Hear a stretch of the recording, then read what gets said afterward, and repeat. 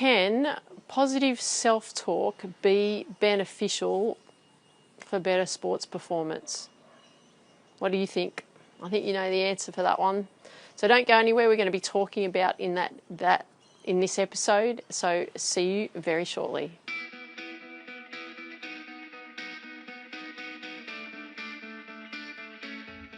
Hey there, welcome to Ambition Habits. Hi, I'm Tiff. So happy to see you here today. Positive self-talk, oh my goodness.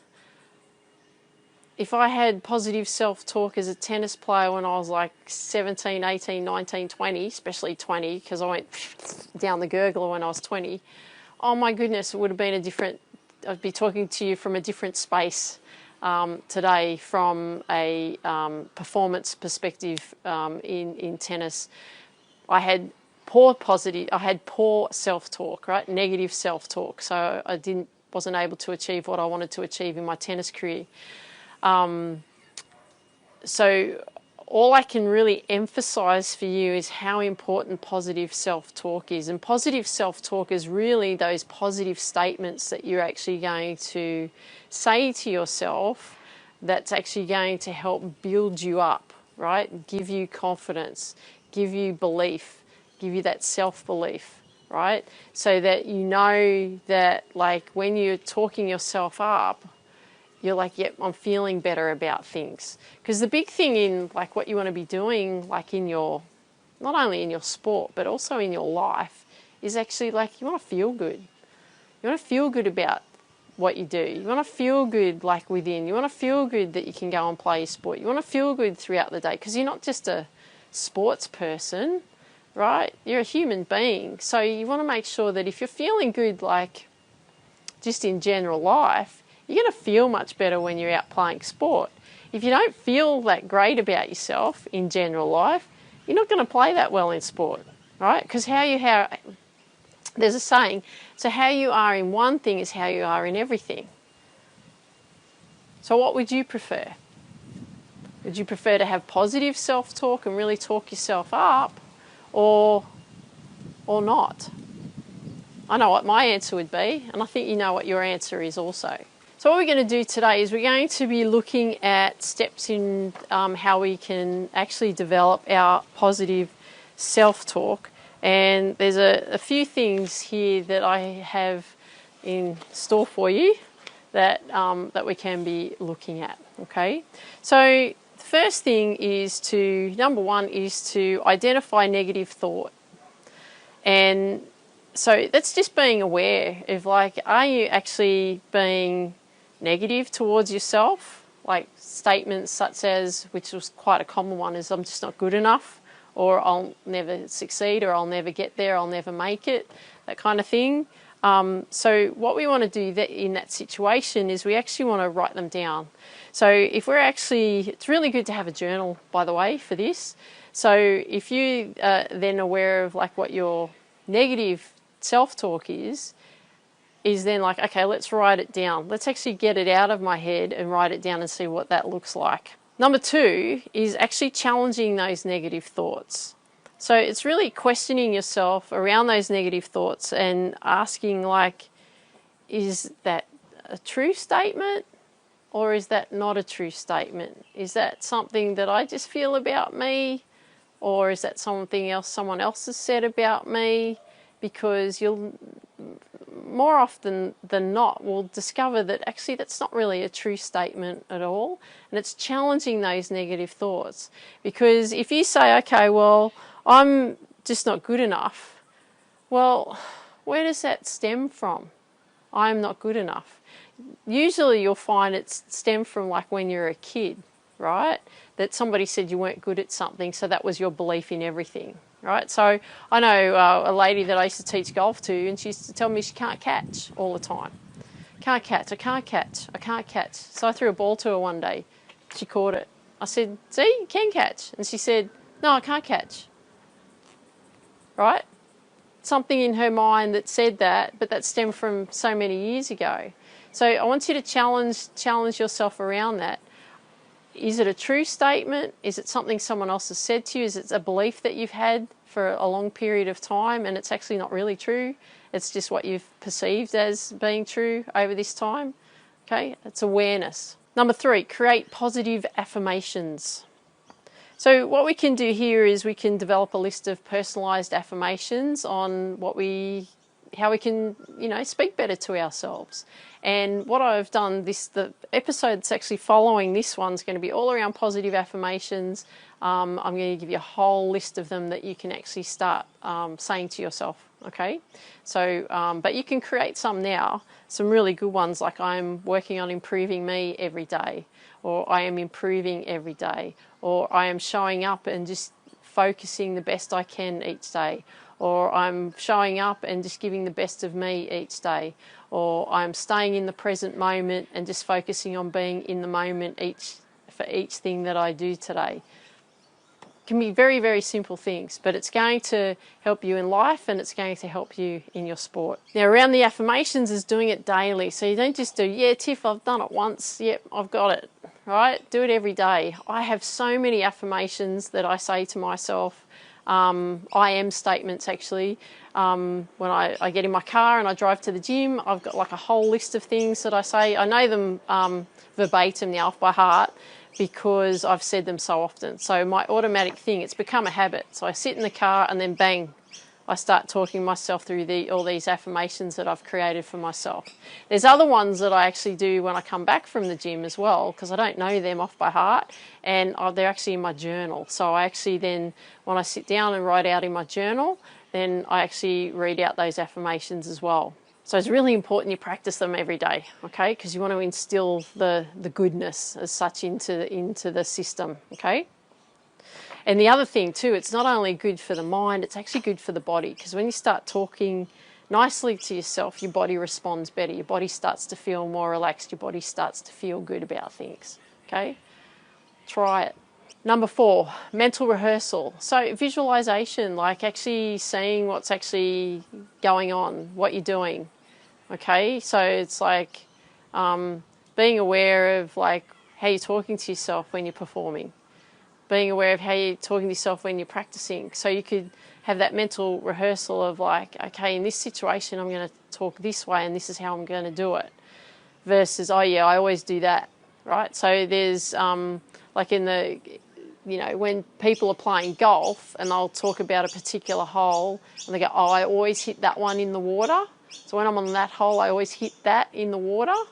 So when they get to that hole, they go, oh, here we go. Because in their mind, they're like, I always hit that in the water. So what they do, hit that in the water, okay?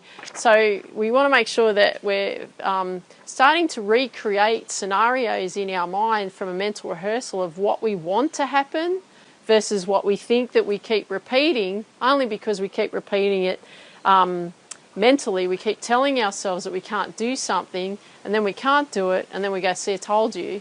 But you got to back yourself. That's a big thing. I was on a golf tour last week, and one of the ladies said, I just don't back myself. I just wait for myself to make a mistake. And she said, and then I do. And I said, well, there you go, right? So it's about changing that. So a good way around that is also that mental rehearsal around what you can do to change the way you operate in the sense of how you talk to yourself. Another really good thing out of that is like that consistent practice. It's that daily practice. Doing it daily. You only have to do it for a minute if you want to. You don't have to go, oh my God, Tiff, I've got to do affirmations and I've got to do a journal and I've got to do this. Do it for a minute, right? Just focus on one thing, right? So if you're a tennis player and you're struggling a bit with your serve, well, just go through the process of your serve. Like go through your routine, go through how you're going to bounce the ball, what you're going to say to yourself before you serve, and then you do that. So that then when you get out on the tennis court, that's what you're then focused on. Now this one is really huge. Surround yourself in a positive environment. So if you're in a very negative environment, you're playing with negative people, then guess what? You're probably going to draw that into you as well. So you want to make sure that you're spending your time with positive people, because positive people make you feel good. Positive people make you feel motivated. Positive people help you enhance yourself. Positive people help you improve yourself, right? So you want to make sure that you're in that environment. Toxic people just bring you down. Like, they bring you down big time. So you don't want to be in that environment. Make sure that your practice partners are positive, the people you mix with are positive, and don't worry about your competitors. If you're competing against someone, it doesn't matter if they're negative, they can go into that space. You don't have to go and join them because you've been surrounding yourself in a positive environment, and then you have this nice big positive like circle or bubble around you that you can then protect yourself from all that negativity because you've really been working on it. Another really good one out of that too is listening to things like my episodes. They're good, of course, but reading books, listening to other people who have worked in the personal development space, like self-improvement space. That's a really good place to start, because you want to make sure that you're focused on talking to yourself nicely. I understand that because, like, growing up and then competing at the level that I wanted to compete at, like, everything was all about competition and beating you and all this, and there was all this negativity around. So a lot of that, like, I tended to absorb too. So it was all about the, me then feeling I wasn't good enough, not thinking that I could get up to what I expected myself to do. People had put me down, all of that kind of stuff, and I would absorb it because I was in that environment. Not my parents. My parents were beautiful, but it was in that environment that I was in training and practice and coaching and all that. It wasn't a great environment. So, look, I didn't know at that time. Like, you didn't really talk about that sort of stuff when I was growing up in sport. It was just all about the physical rather than the mental and the emotional. But I can tell you now, like, from all the work that I've been doing ever since, and to this day, I still work on myself, is that it's so important to make sure that you're surrounding yourself with those positive people, so that you can talk to yourself and be kind to yourself and listen to all that inspiration that's around you. We have so much access to that today, right? So we didn't have that like 30 years ago when I was competing. We've got it now, right? Books, podcasts, videos, you name it, it's everywhere.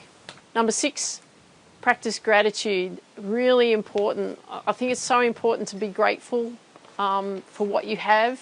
A lot of the time we look at what we don't have, and because we want more, and it's not about settling. I don't mean it that way. It's just being grateful. Grateful to have a beautiful home. I'm grateful to have a lovely garden. I'm grateful to have, I've got my 2 pussycats over there who are just sitting there listening. I'm grateful to have my beautiful car. I'm grateful to have my beautiful husband. I'm grateful to have a beautiful family. All of those kind of things. So it's really important that we're just grateful for what we have. I'm grateful that I can go and play sport. I'm grateful that I can come and talk to you today and you listen to me or see me on the podcast or the video of what you're watching, listening to. So I can't express it enough, because when you start being grateful for what you have, you actually feel better and you actually feel lighter, and then it takes a lot of the stress away from yourself, because then you're grateful that you actually have the opportunity to be doing what you're doing, because a lot of people don't, right? In the country that we live in, Australia, for example, or America or UK or Canada, like great countries, and some of the European countries, like, we have access to everything. We can do whatever we want. So we want to make sure that we're grateful that we have this opportunity. I'm grateful to be born in Australia. I'm grateful to have the life that I have. It's so amazing. And it gets even more amazing as I get older.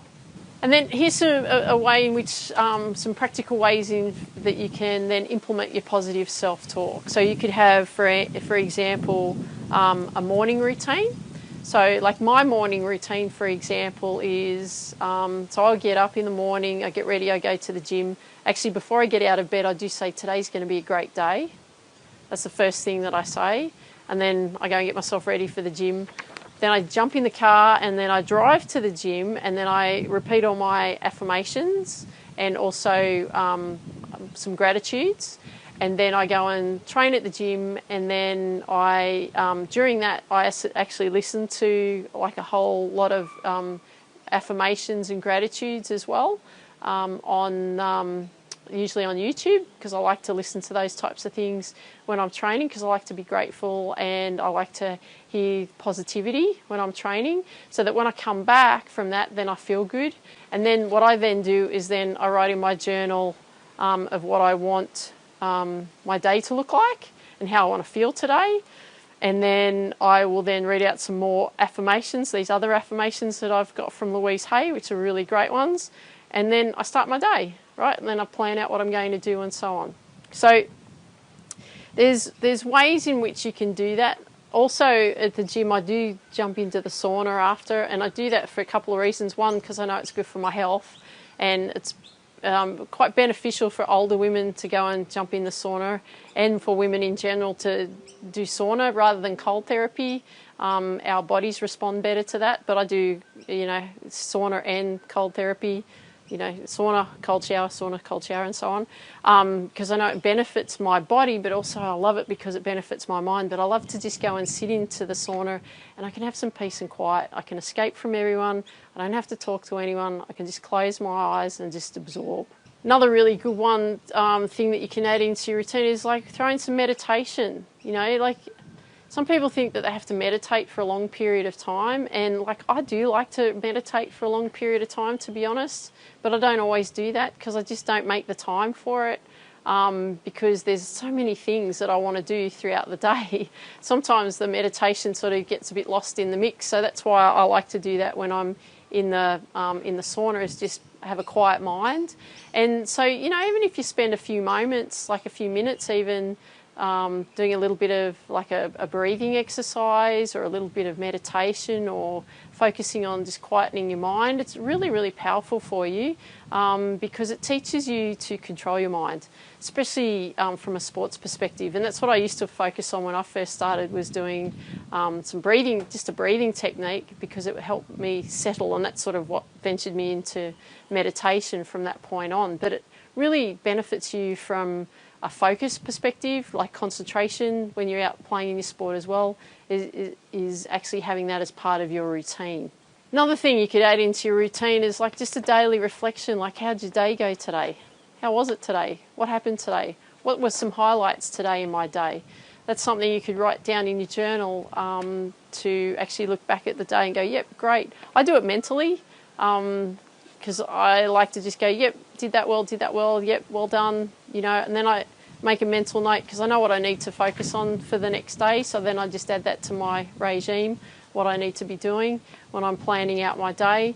But it's a good way to help you reflect, and then also then let go, because the day's over, and then you can move on and have a lovely restful sleep. So that's really important as well. What I'm going to do here is I'm just going to give you a few affirmations just to start the process if you want to start writing out affirmations. But the next upcoming episode from this one, it's just all going to be about affirmations, okay? So there's some things that you can be talking about, but I'm just going to read these ones out to you. I am improving every day with practice. I have the skills and determination to succeed. I learn from my mistakes and grow stronger. I trust my training and my ability to perform. I am mentally tough and ready for any challenge. So I'm going to leave you with that. So I hope you enjoyed today's episode. Love it if you could leave a comment down below what you like best about what you heard today. That would be great. And I want you to dream big, believe in you, go after your dreams. Have an awesome day. Take care. Talk soon. Bye for now.